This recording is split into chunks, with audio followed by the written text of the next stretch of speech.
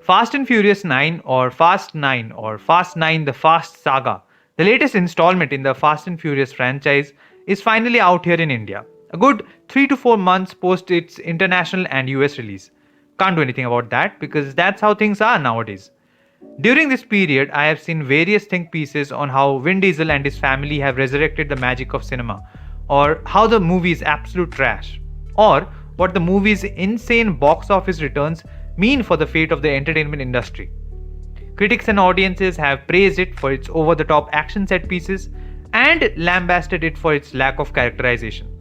And the list just goes on. However, I have not seen a single person ask, nay, ponder what Fast 9 is really all about. Is it just about fast cars? Yes and no. Is it just about extravagant action sequences which defy every known laws of physics? Yes and no. Is it just about Tyrese Gibson recapping every single movie installment he has been while trying to convince himself, the crew, and the audience that they are invincible, thereby showing some kind of self awareness about the silliness of the franchise? Yes and no. Is it just about executing hashtag justice for Han in the corniest way possible? Yes and no. Is it just about the writers seeing how many Star Wars references they can put into the script before the audiences loses it? Yes and no. But what Fast 9 is most definitely about is Dominic Toretto's and by extension the franchise's obsession with family and labeling them as hypocrites. Do I have your attention now? Well, then I'm going to use it to quickly give a few disclaimers.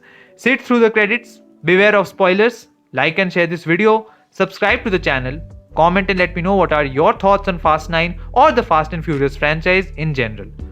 Okay, on with the video. Now, before arriving at how Fast 9 labels Dominic Toretto as a hypocrite and how that makes it the ballsiest entry in the franchise, let's do a brief recap of how every installment has cultivated this theme of familial ties and bonds to the point that it has become a meme. Strap yourselves. The Fast and the Furious. The first time we see Brian step into the diner that the Torettos own, he is told to stay away from Mia by Dom in a big brotherly fashion. There are extensive barbecue scenes, which is seen as a family event in an American setting. There's a lot of talk around the history of Dom's Dodge Charger and how it is associated with his father. During Mia and Brian's date, Mia explains how Dom sees every member of his crew as his own family. Dom practically treats Brian like a little brother, as if he's trying to fill the place of the brother he had. And in the concluding moments, the Tran bloodline comes to an end while the seeds of Toretto's new future are sown. Too Fast and Too Furious.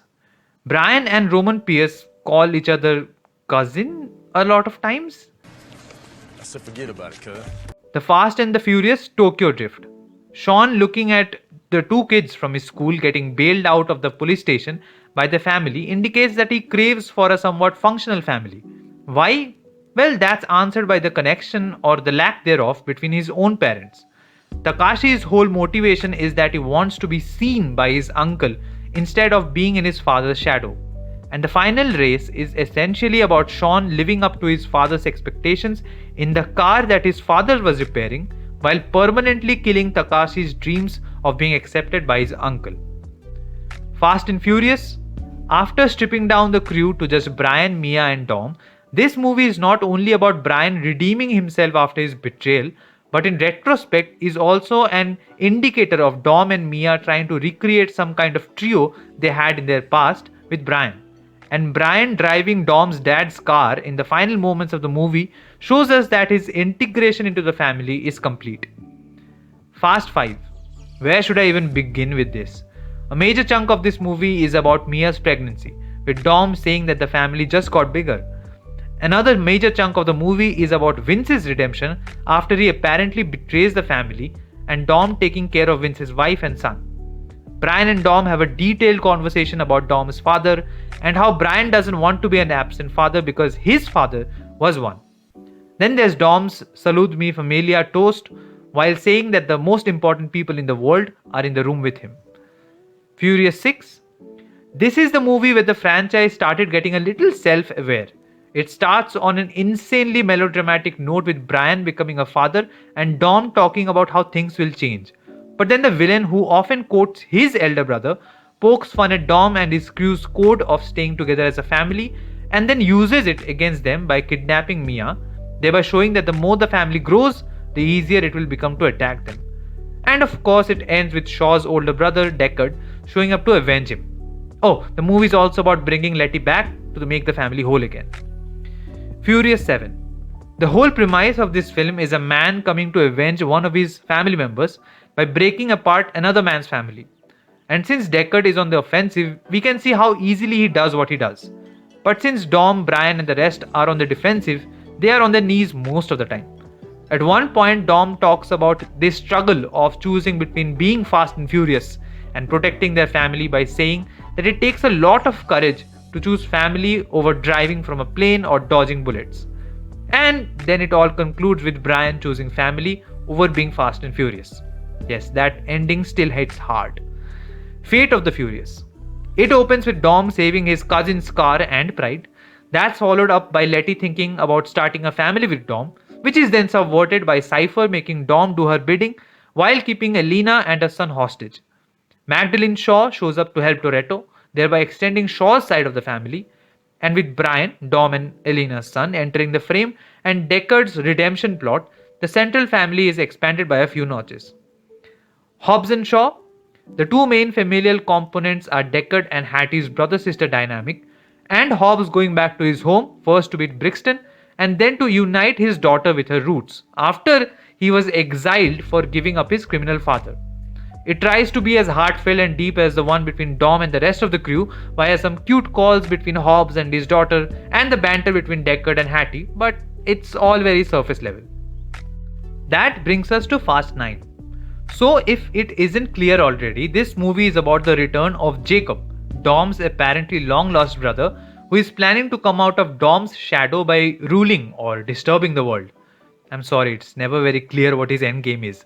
The only thing that's clear is that while every movie post Fast 5 tried to exploit Dom's love for his family, Fast 9 straight up walked up to him and said, Dom, you are the biggest hypocrite I have ever seen.